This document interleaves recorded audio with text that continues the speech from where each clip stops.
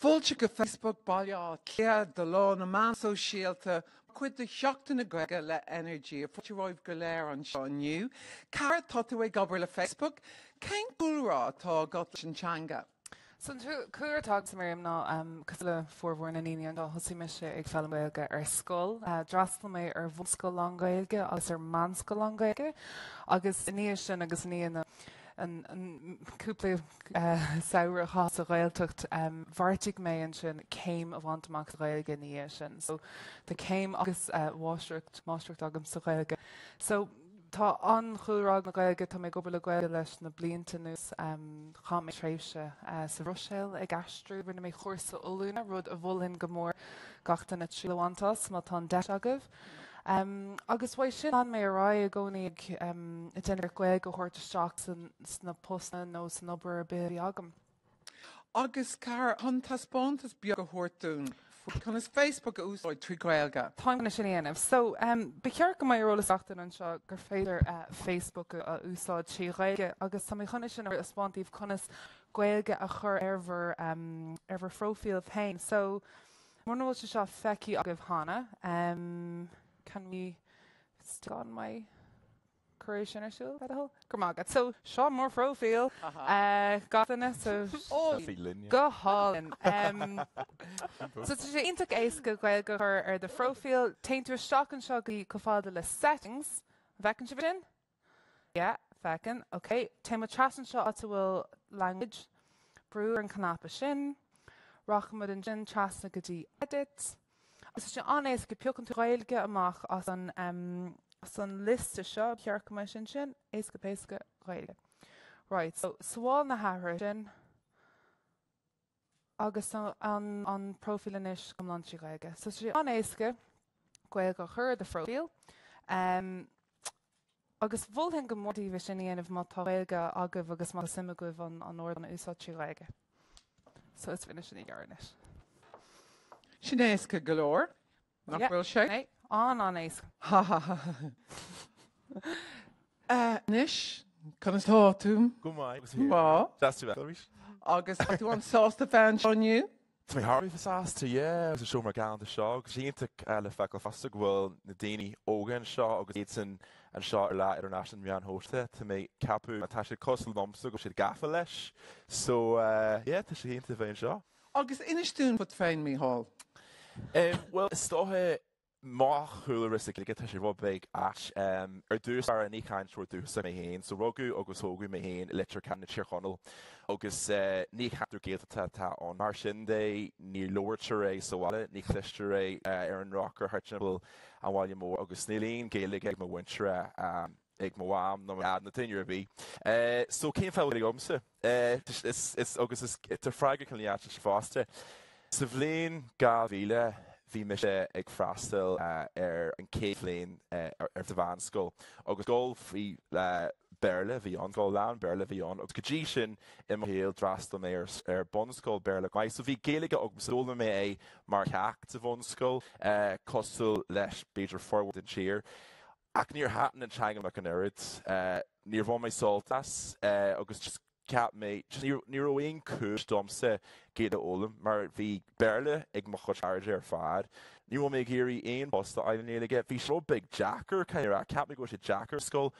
Agus just ní roion spric le feicil agus an. So sa bhléon sin, bhí mé dána go maith ar scoil Carcolóir, bhí teanna Carcolóir scoil ach seachas inéige agus is cian nó fós a bheith gurc ar an tuairis go bhfuair mé an saoir sin a gabhile sa bhíon gabhile agus for mé F inéige. Agus pomal am faoi just tíor hatan sí lom for F níar mé staidir agus mé géirí slí a ail hon le gan Gaeilge a dhéanamh ar scoil, but just níor hiig mé an rud. So an saoirú sin is cian lom rééis rob beag breithing ó thuismóirí agus taréis rópéig brúáige fasta bhí scóil nua díreach tréis a bheith bonithe iltir canan agus Meán scóil trí Gaeilge bhí an céad ceann a réamh a bhí an bhí bonscoil agin ach ní Meán scóil agin. Agus bhí aithniú mai ag mó agus maiad ar an príomhide nua a bhí an. So mar bhí méid rap réir a chéile an hocaí méid dul agus blian a bhhain chaithimh sa scóil nu seo. So ní bhíon airg an scóil. cíomhan halan sin fásta mar ar bhí sé héon lomas sa scoil. Bhí mis loníthe a bíon ríag an am, so bhí mohod lachars ar fad am mí sa shed. Bhí mé gra ceirlatáag tarlú cin fáil mé an seo. Ní ro mé abal te focail a bhhain a héháil sin an céad ros bhí mé gcónaí le feic ar an list béle, le just bhí mé gcónaí an bhí géan agam an tamar fad. Bhí fua ag na mún trí bh mar jaag mé gcónaí Lord ní bh focail agam sa. Ach is dóthe ar a hánig fanama bhí an nolog linn do céimhlíonn sin mí abalte agus tréis gachród é deanta in éige, mí abalte gachród a héagháil in éige. So sin an céad rud a bhí an. Bhí abalte gachród a héagháil ach abalte aon rud a rafós. Just bitir well cabin lehras a dhéanú ná im ar bhhaid deanta ná cinear bhfuil lónar siúil. Na rudaí is abachtaí, right? So yeah, so an sin ag dearú an chéad bhíon bomsa College alíonn sin tainetá scoil. Bhí mé abalte rudaí a rárás agus freigraí chuirte rás fan am sin. Sin Dréir a chéile thosaí ag deanú Ciaraidh sin, bhí smogam sa ceáil fás a chodí sin lom agus ní smó sa ceáil clásica ach bhí grúpa ceálan sa scóil thosaí méid fóil na ceáil tradiiste. Sa darlaíonn an sin panig forbert agus tu réir a chéile agus tu rééis cuaig bliana a chaimhán bhí mé ina choní agus ag fáil Giga an tamar fada ar scoil. Agus sin amach thu mé go dtí an ácóil rinne mé cursa bunmún treachta, so bhí mé agus tamí fós na bhmún seoir. A rís is scoil béle a bhí an, agus trí bhíonna an thosaí mé i ggur a tí chathair don céadú a réomh, agus tá mé cinlíní gaiire ar an féin ag gur chorbh sé an seo aniu, mar nuair orcm sé arás ar an féin is mé sé sa chéad bhléon ar scoil agus tréis F a ghaeilge, bhí fu agam den teanga agus níos orcm sa ar an féin, agus tá mé chonaí in Niamh agus is ceap géalta é sin. Tá mo chud Ciaraidh lig tá sé lífa sa Gaeilge, sa lorm sa Gaeilge lán tamar fad. Is even ná mar cracatá an like a knock they pop-up gailtar siúil bhí mis Lord fao agus sa gachta mai le cléagarí fast léir tá sí just a mion sin area agus postog man sinnéile gus sonis bíon bringú jogín ar fad bringú an ar fad agus bringú a bhí sa ná a bheith cos a láta Miriam ar a leithúir telefíe ach ní mé é bhain sin amach du réir an teanga agus du réir Gaeilge hína deisna sin ar fáil domsa é sin anú agus tá mé trí bhíonna chaithíhanis ar leithúir telefíe le cún cethir agus a TG cethir agus nuair osíonn tú gobar ar postar sin tag an forbert sin so mí éisi gobar lena Meán Sóisialta ar Facebook deanam sa Facebook beála Snapchat lá agus just dom héin just an rád a bhaint tá gur rá leis mar tasógam conastá sé a bheith gur in seo agus ra nílíon cúis na teanga níl na deisna an is féidir lomsa ar agus é ar ra go honracha bhfuil na deisna an fís am domsa agus just mas féidir leis a coní suas leis mar bheith sé le feicil se chumai. Jeagar síos ar gná teachtain deit míthó. Bhí just actually glufi sin le Karen sin gnach is a bus seo ní éon gnach seachtaí nó bíon gach le ag ónna céile so aniu tamí ag gobar a Facebook tar éis sé seo aniu bé mé ag gobar mar las agathóir ar bhg.ie é bhí méid deanú ceol chu mar tíor chonal bhí seo le agus bhí mé sé choéis na i lethir ar an bhhairt cean bhhairt a bhí an sin le bhí mé gobar a TG cethir so rinne mé na nascan stúdio ar fad so bhí stúdio agin agus an rud anam sa héin nó bíon lenachas agin nascin a leanúnachas agin idir a car agus sé an le ar TG cethir so jam sa leanúnachas so idir na cleric ar fad so na SpongeBob teacht big Lenny Jerry lei so sin ar an bhhairt ar an luúin béim sa gobar Beiidir an riomh ag deanú na script ag taide ar éine an sin ceir mé deanú i deanú bonú dúisna so bíon gach le có eagsal óna céile agus sin an rud is fearlam faoin post seo so yeah. Sinnéanta Niamh Bainisteoir stáisiún le Raidió Ríro cé Raidió Ríro. Bhfuil ag manuel is súla an gulas agah. Manuel is chóirt stáisiún ceol le Raidió Ríro. Díirithe don chu smó ar gcuoine idir dóí agus trocha a goscailte doachtain dar nóí.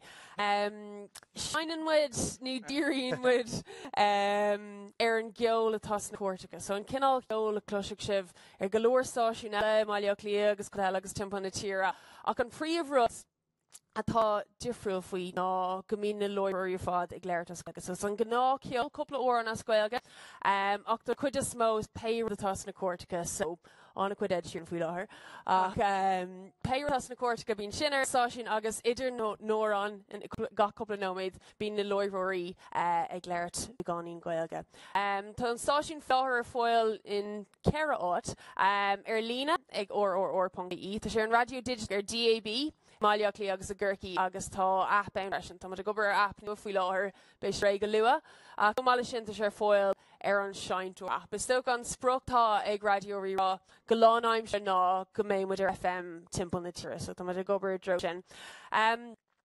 Rud eile a haíonn sa mórlam faoin stáisiún ná gur daoine sú libhse a rithint an stáisiún. Tá mé gobar an go láimsre ach tá beidir 25 duine hagan sa gach eile seachtain chun chlóra chur láthair chun míorna difriúla giotaí fuama chur le chéile agus daoine cosúla a Chróinín san stáisiún dul daltaí atá sa Meán Scoil, Micheál tríú level.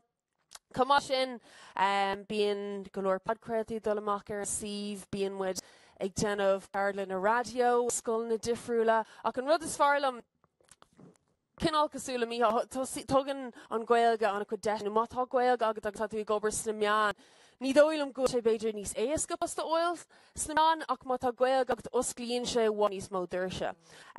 So dusc sé anna chuid dúirse dom ar bhí mé sa céad bhliain san ollscoil i 2010 thosaigh mé gobar go Johnach radio ri chur chlór láthair gach seachtain.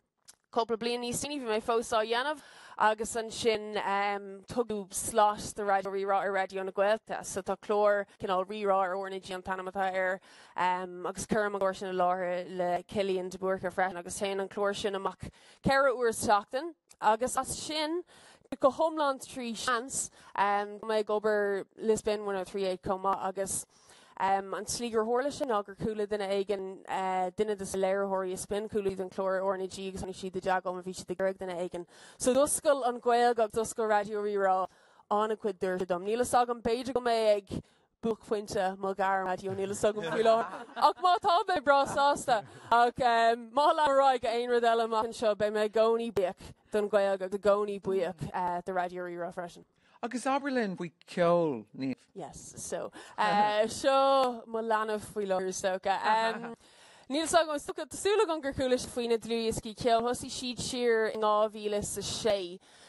Go bunúsach is sreatlúiscí iad chun ceist ar ceoltóirí ar bhaní ar óránathe difriúil óránna eiste go Gaeilge agus tafadaí anamh arthú. So nar thosaigh siad i 2006 níor mé gobarú ag an buinte sin ach bhí lehéadí mundí bhí de córas ag cana as Gaeilge agus thar na blianta bhí daoine difriúil ag obair ar na dlúiscí sin bhí hectar thucagáin coppla blian agus cinna dahraí an dánar go puinte. So le gábhlín ús tá sé andíarathe ar an bop ceol agus a ómachirmis agus tú a ceú go mórlin.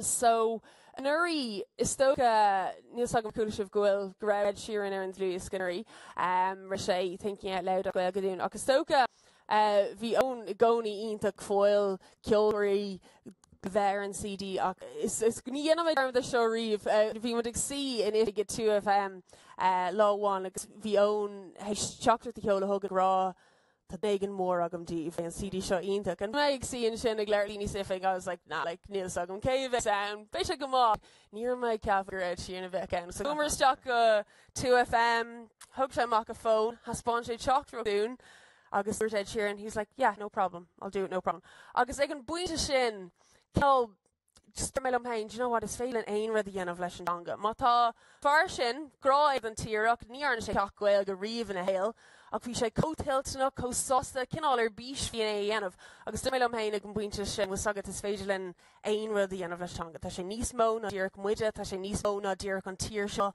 tá daoine tipple an down i ggéirí an Gaeilge úsad agus an a bhródlastí. So Nuirí ar an dlúis le ónhairtar an bhí Códaline ar freisin.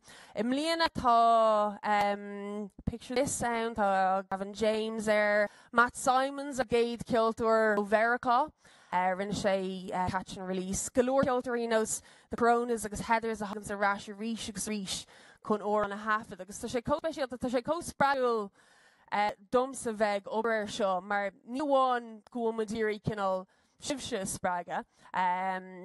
ceol scríomh tú ganú éiste le ceol scuilge spreadta sé cospragúil domsa agus na daoinealatá gobar mar braíon muid a ceoltarí agus téimiid acadí an stúdio leis na ceoltarí seo agus níháin go dogam muid léir dómh agus gnéanaan siad ag tapí agus imíonn siad lo caihan siad an air bhí Gavin James ag tafa coppla seachtain ó hin agus le an skedul atá aige tá sé seafúteach níos sagam chunasco sé beofiú but cógan ó ba dúirt sé Godóga sé coppla cléig bhí sé géirí a bheith geart so rinne sé coppla rufi go bhí mu ag breir na lyricí ag ahrú rudí le chur an iarnstó so tá sé an síalta dómh agus tá sé sin an bragúil dom so hééis scarad hééis na ceoltarí forma de nuirí ag forma de mlíana níla sagam beidir mé Beyoncé agan amach níl sé an sugar hammer ach nó hééis na ceoltarí sin agus an spéis atá anna eáil Mas gur tháinig den ag an thum a brá gnéanach Beyoncé. Ní chuir sé bhil sé inar mag ní an méid sin le credan gur féidir le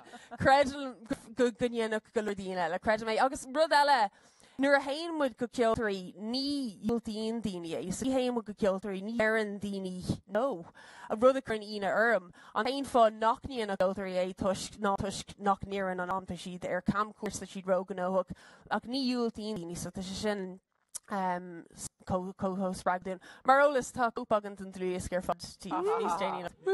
Nú codí slódal, tá fannacht ar ó an bháin eile teachtasteach ach is féidir na háin ar fad le í slódal tá códagam díra fad. Cóirteachas níd. Edel in acaláta, duine de bhunthóirí CLG na Gaeil óga.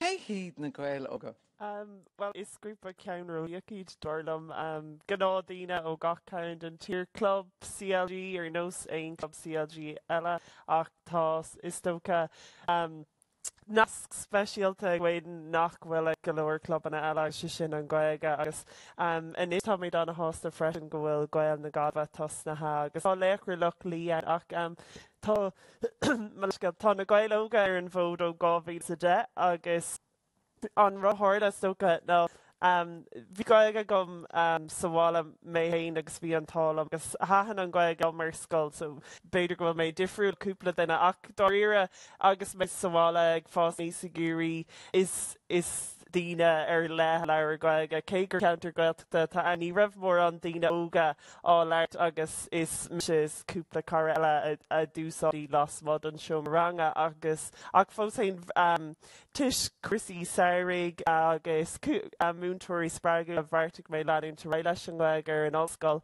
agus bhí an tálam búla le glóirdaíine úntacha spreagu le neartdaíine tá seo bhí cara go mar hagus scóir bhí sin agus Cormac ar scéim tuig na Gaeilge UCD agus bhúla mar le láína eile tríd párteachs na Cuma Gaeilgeacha so bhí a dtíine le Gaeilge ach go leirdaí ar bheag an Gaeilge agus tháinar ar fad le céile ar an ollscoil agus Cahamar nuair bhí mar UCD bhí hain buinte leis an Cuma Gaeilge an sin agus nadidir bhfuil mór an rólas a goibh go fóil faoi saoil na hallscoile nó céir bhfuil sibse agsúla ach an molas mó a bheocha gomdíh na déon cinnta ar ever géad láir an ollscoil pe áta hin sibh pe cláiste a hin sibh té agus luigh an Cuma Gaeilge man bhfuil Cuma Gaeilge ann chur léachar chunar Gaeilge agus caró siad libh ceann fanú agus tá sé anna isca bhí mar ar a lán daoine tá ómarinis anna lorach agus buinteach Cuma Gaeilge sin agus cad é Cuma Gaeilge cad is Cuma Gaeilge ann ach daoine buaile le chéile trí Gaeilge ag déanamh gnádaí níl aon rud anna dheacraigh buint leis bíad ag rifheachtas agus rudí ag éileh rudí breise agus carta agus ag feachtas de friúla atádí ach ag am céine tá sé anna isca agus anna hiplaí bheith párteach so mar deir an mollamdí bheithpáirteach agus an tlí a hád na Gaeil óga chun cín stoc an sin ná bhí fearig déanamh trocht bhí sé man máireachta planálatanga sa galamh agus bhí sé déanamh stair ar an CLG úsáid leis an Gaeilge Kirk an cín agus bharrtaigh sé cruniú a garam lá clia agus bhí Cormac láthir agus roiint corda eile lám ó gach caird an tír mar dearm ach a bhí páirteachs na Cuma Gaeilge difriúla agus bhí fear manéista bhána lethir a cairí go mór linn túsacurna na Gaeilge agus is cuiinam Cormac agus de eile tacht bhála ní sin ag ra tá seo chun bheith an tain rudí an fear úntaach srágail seo ann ach chilinn go bhfuil sé críoch le saoil Gaeilge so is fiúna tá sé rudéanamh is bhí mar rá. Jeez, okay. Well, tá mé de críoch glúir in ollscoil tá annachcuid ar siúla goin inis bín mud ní gá am inis beir le airt cé gur as antar gailteachta dom is cuioin am gléachar máthair agus méir in ollscoil pa seachta ag rá. Mám, leirm níos mó aige níos ná mar leirm sálastartí. No habar sin hadis. Ach dún an iirina mar an rud ná tá dtíine marderm gachís ó gachcuid an dain omláin sosta agus dearfach faoin Gaeilge agus ónar buíocht Gaeilge is tócha i gáhílas a de tá fás as cuimsitheach céisteachtar agus tócha an rud lena go murderm cuimsitheach ar nó ceannar beala ach Posnig sé amach le seachtar fear agus madra ar san istá chuigur in fásta gin tá fórna faoi ísein ó gáhílas a cardéig agus bhartímar iad sin a hosnú i leáin agus chuid an fágur hosnúmar am an sin nó marcurinn tú counter leáin ag gomrád le Lungfurt tá 3,000 ina cónaí mór hímpel leáin 3,000 ina Lungfurt. I Lungfurt tá osceán truca club CLG i leáin a cean amháin. So dúrimar well tá gá Gaeil scoil agus Gaeil cáiste in éon fórcháin ar éon fórcháin a maihan sin so dúrimar beag seo úntaach agus buinimís trías agus is tócha an rud is fearr faoine cum an Gaeilge agus an grúpa CLG an Gaeilge ná tá daoine ag teach ní hamháin ó gach áit agus áitina difriúla ach garam difriúla freisin puis difriúla so tá inaltóirí a gcuin tá doctorí a gcuin tá múntóirí a gcuin marglóir agus tíine ar ná na Gaeilge ach nuair bhí ar an ollscoil dúir gachtal agus méid críochnú ó ar bhla bheith a bhúntóir agus tá anna bheith go mar bhúntóirí agus beidir tá plána go fós beidir amachchan se bheith a bhúntóir ach tá is tócha an rud is tácht níl aon rud nach féidir denmh trí Gaeilge agus tá sin omlan silir le bheith ag bheith an tús an nómh agus tású gom go dtigann sibh sin agus go méid a bheith smaoinemh agus machnamh beidir nuair atá si bheith macht. Tá na Gaeilge gníomhach ar Facebook agus Twitter agus na Meán Sóisialta eile agus táid i gcónaí ag arug imróirí agus lochtaíochta agus gacrad mar sin agus ba cuair mar rá freisin ní duna sportúil méid ní duna achlí agus hosting mé amach ag grastal ar na cluichí pelle na lads agus tá chuach fós ag gobar éimirt sála agus tá sé fós gníomh níhé gur gáid is de club héine ágan slórthach agus ní gáid bheith sportúil dúirt na lad am tháinig siad cúm héúpla míoster siad hir tá cairig tasal frin amán na hosnú mé. Well, nach bhfuil cúpla ag bh hena féin istir siad. Yeah, tá fuine bheith tasal is well níl mé achlí ní mé sportúil caiad a méistir sé dúirt dahíad a bud le an céad caiithir lech a bhí a goidir sé tá tú caiinteach agus is féidir le lína chuir slaat tá sin ag tasal. So is tócha an rud atá ann tá spás de gachgil duine agus mar dearm is cuma céin simatá go tá deis agus á bhartíonn sibh tacht go blá clia ar an ollscoil le a holbí a dangháil linn tar Twitter agus Facebook agus muna bhartíonn sibh tak go clia tá rudí tógraí úntacha eile fud fad na tíras mar dearm tá tú iscurtha le Gaeil na Gaillimhe agus táid anna hásta bheith ag ceirú lo agus tá léachar le lí ar an nód le nachmór déimíon inis grúpa a hagans le chéile i mé first agus speisialta de cummórtas pelle Gaeltachta ach inis tá siad san chuna bheith mar furin buan agus beg siadan ag imirt go leanúnach amach an seo agus is mór an sppraga iad tá saoil sóisialta úntagam tá post go inis sin ar an na Gaeilge freisin agus sin ar fad tuisc go raibh mé paintach agus cordúil ar an ollscoil agus bhí mé cúthach freisin ach bhí an tálam agus é sa scéim go raibh cúpla duine anna gealgóireach agus bhí mé is tóca bhí mé óí cabhraach agus tháinig de cúmastútí táúna bheith tastal seo agus an sin a bhélinn agus bhí ar gagrú rudaí ach is tóca an bríomhfuointe bheith go nómh ná leathaáil bíí páirt pe rud a bhaintsibh soltas déine ascoige agus tá sé cóisiimplí sin úsáid Facebook ascoige úsáid email ascoige úsáid Twitter ascoige agus denmhór é le Gaeilú. Agus a deltá landáltaí an seáinún, agus céirdíad na suíomhna sóisialta ina féidir le daine óga acuid gaeilge a úsáid. Is tóca is féidir é úsáid átar be. So thuspáin Ciaraidh gur féidir é úsáid ar Facebook bhí Cormac ag fáil a chuid mola ach tá na daine se ar fadúnta freisin. Is bhí Cormac agus nearttíine eile reintíine tápáirteach le na Gaeilge agus arná Gaeilge agus isteile beidir leiróí Cormac faoi sin níos mó ach bhí sé an páirteach i Gmail astrú go Gaeilge tá Twitter ar fáil as Gaeilge ach is tóca maridir méid is féidir aon rud a dhéanamh as Gaeilge agus nuair is muoíonn tú faoi tá fé láthair tá beidir go bhfuil seo cloiste roiint go bhena féin tá oscin 6,700 ar dain agus ach deirtar ga blian nach méid ar 700 fága ach tá míid cinnte go méid an gaige mar ceann fósain mar ceann an na 700 sin. Níl ach tá go bhád a gcuin gur lína cahamína í úsad agus is fiúna atá sé agus níl éon dat go bhí sin tuis gan slíotá seo anmh agus freisin más smíonn faoi níl ach Facebook ar fáil é féidir níosúna cétanga anna? Beag na céad ach tá Gaeilge mar cecha agus más smíonn tú tá sé míad a 700 an gar dam fé láthair agus tá Gaeilge sa list sin ag Facebook agus tá Gaeilge ar email agus Twitter agus rudí eile leis so tuigeann na cólaí móra seo go bhfuil sé táchtach de a thuirt dún rudí anamh as Gaeilge agus bhí an nurig caithmé le conraí Gaeilge i Hong Kong agus bhí mé in Abu Dhabi agus ar sir ach fós hain a díag mis as ach fós hain bhí deisina gom is tócha nasc le grúpi heil agus tá anna cuid tá acuid craomhacha ag an rina Gaeilge agus is craomhacha iad na cuman Gaeilge so pe rud a dhéanann sibh is tócha tá mácúnamh dí tar dangáile le tá ráidgóin an seo chun rina Gaeilge agus bhráin til le cloisteáilh. Mína buchas Edel Cormac tá tú ag gobar leis an Foclóir nua beir le Gaeilge inas dún faoi ceangal atá a dot leis an teanga.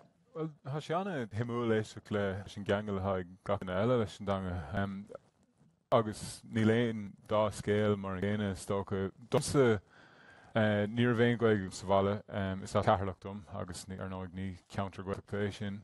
Tá Gaeilge máthair agus níla ahar agus chuid raslíos ar an scoil áúil scoil anmhog tuaithe scoil bhéile. In dhéag san chuir hisismóirí brú anmhór arm freisleir an Gaeil choláiste i gcearlaach I lá an bhaile agus níor ein spéis gom freisleir has go in freisleir an scoil mhór pelle agus hiúltaí is glán freisleir sin ach tréis tamil dairig lo tac timpeall agus an brú a chnáil orm agus feardias well bunú mé trí las go dtíon lig agus má hepan ar sin tam chun dul an scoil mhór pelle agus sin so bhí an cearco adbhí manis mar dair go bra leis mar a dúirt Mícheál Níor bhéon tuiscin de gom ar aon rud nuair chuas is seach is cuiinlam lá ceann na chéad léithanta de gom sa scoil.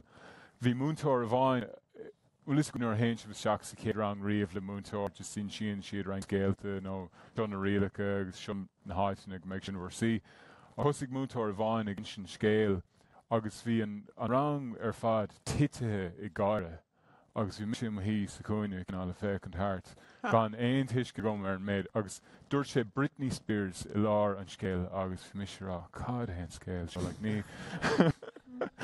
So cúpla bliain níos déanaí chuir is ceist ar Harlam. Hir cad bhí a gceist agus dúirt sé ó bhíon múntóir an náfuil cadaghain casa timpeall agus féic an amach an óg ach a bháin má tá Britney Spears I gréith ar an barc. So sin mar thusnig an bheanscoil domsa níor bhíon tuiscin de gom ar an tanga. Bhí haithan an tanga lom I gcónaí ach bhí go leor ibre gceist chun halamhú a gheart. So cúsaraig ó an bhfuil pláiste gathach agus ní rá smaoine fé aon rud dhéanamh leis an gcuige dhéanamh sponchéim sa tícolaíocht in UCD. A chála gur chuas is seach tig na gcuige le Edel agus fiche duine eile. Agus is an son dar ire dathraigh mo bheánsa nó a bhartaíos nó a his greibh rudéigean níos daine nó rudéigean níos mó a buinteis. So bhíh níos an céim sa tícolaíocht ach chas níos mó ammas an oscáil le plé le cuasaí gaeilge bhí buinte cum sin gom an Gaeilech agus bhí mar gagrú ócáí agus bhí mar a freastal léirsithe agus bhí is chonaí trí gaeilge ó bhugus go black lí in gábhíle san né tá mi chonaí ascuig ó hin. Aon chumráidí TV a gom is gaeilge a leabharí sló ó hin. So críoch níos an bhuncéim sa tícolaíocht agus níor bhéon spéise gom dar ire do raigla sin agus dhéanamh smáisteacht sa gaeilge in UCD an ceannaí an cara comma. Agus mar chuid de sin bhí arm sucrán ibre nó taithíre a dhéanamh agus bhartaíos é sin dhéanamh leis an ngúm sin cólacht fáilte thorachtam le clia. Agus is chaithas saoire leis an ngúm sin nó 2 nó 3 As mar a hála tá an Foclóir nua béir le gaeilge lonathe sa bhorgan of céine leis an ngúm agus bíonn den nós ag an Foclóir daoine haingtas teach chun láthchúnta a thabhairt agus Carolár go háir an na micléin a bhíon siig. Agus nuair bhíosa is siig sin bhí 7 fáca gom leis an taithí ibre agus an tacht a chéine bhí duine eile ag fágt an office san Foclóir agus níor bhéine ann chun an bharna líne. Mar sin hála grás san áit ceart díreach ag an am ceart agus tá ag obair ar an Foclóir ó hin sin Foclóir.ie agus mar agurthóir agus mar riarthóir agus bí go leor tascanna agsúla buinte sin mar a hálóch sibh agus post anhimúil ar fad post an hanmhah fad fiú dúirt duine bhain eile duine hagurthóirí nuair a chuir ceisiir chuir duine ceis le conas mar atá an obair folclóric a bhfuil sé anna ladránach agus tuair sí ní lánach bheith gimmar trabal ó cheann na lé. So tá anna himúil bíonn tú plé le cuid in a caiintóirí is fearr sa tír, cuid na daine is fearr sa tír bí a tháir ar an bhuair an linn agus is aithid an scothe agus tá sé is obair den scothe chuma. Agus mar sin an ceangail thá gomsa leis, mar trídan or sin tantaréis buinte bheith gom le go leor túns go leile sin mar luigh Edel bhí ar an bhuirin na astric Gmail go gaeilge bhí buinte bheoga gom le Twitter ag an deir chomá bí me gasstrú Facebook is féidir le gachtain an so bheith gasstrú Facebook más míon lá níl annach logáil is seach tá sé sin ocailte do gachtain sin déanam cúpla focail ar sin inis a ríist chomá ach tantaréis cúpla leabhar de fáistí astrú le déanaí chomá. Mar sin is mar luigh Niamh is úntaach na dorse sclíon mar bhíon antanga ar de hiileagat agus ní léon teora lo tá an iris an réimsí agus áitin ar féidir antanga úsáid agus ní héon úlach é antanga bheith leat mar sin tá túlagum daríir go ganig sibh sé raig leis an danga chomá. Agus céird é an focail nua is fearr leat atá ag an folclór. Sin ceistúirtar go minic agus sin Ceist Jackar? Is é mar bíon an sa focail le tata níos sa rístelle agus sin tócha tuigean gatainna go míon focail nua i ggur síocht beidir go bhfuil clár le físe ann agus úsáidan siad focail fé le an bhinnic agus hitan an focail is seach a bhéirle agus bíon orine san saláthar ag an gcuige chuir fáil. An focail is mó tócha tháinig níos le déanaín an focail selfie agus sin féinín.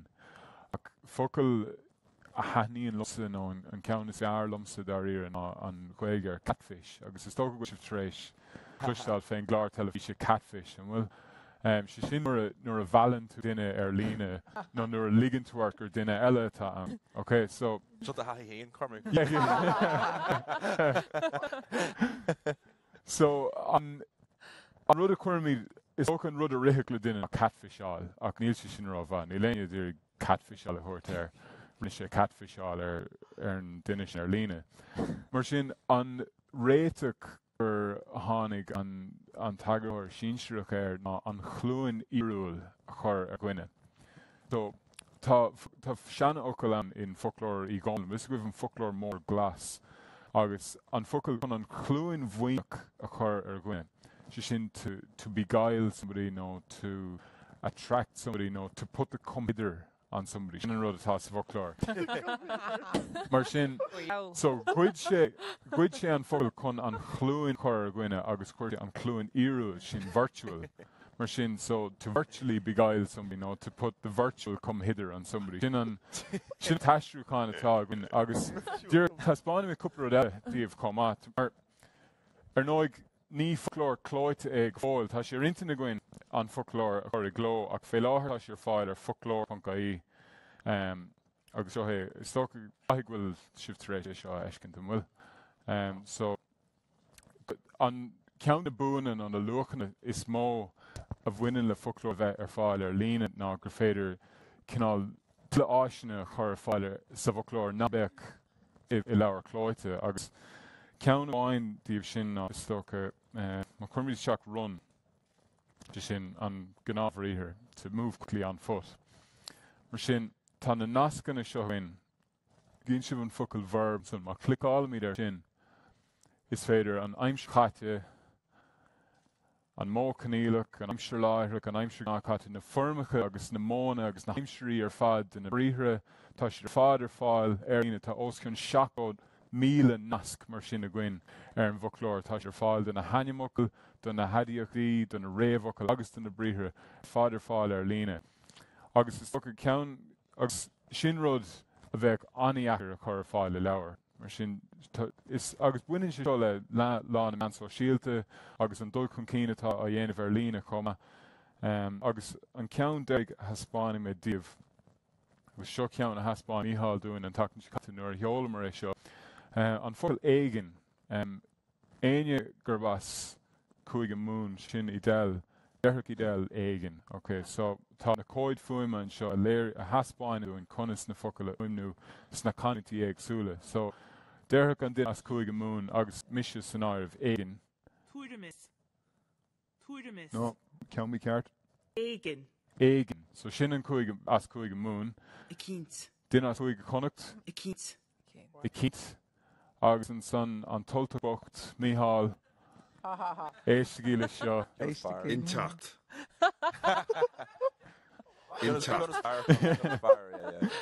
Mar sin léirú is tócha ar na féidireachtaí a bhíon ann ar chun tú an Foclóir ar líne. Now tá sé eisteagáin gan dát, tá sé eisteagáin an leabhar chur a gló agus tásúlagáin go mbeidh sé sin má riview na bliana se chuin.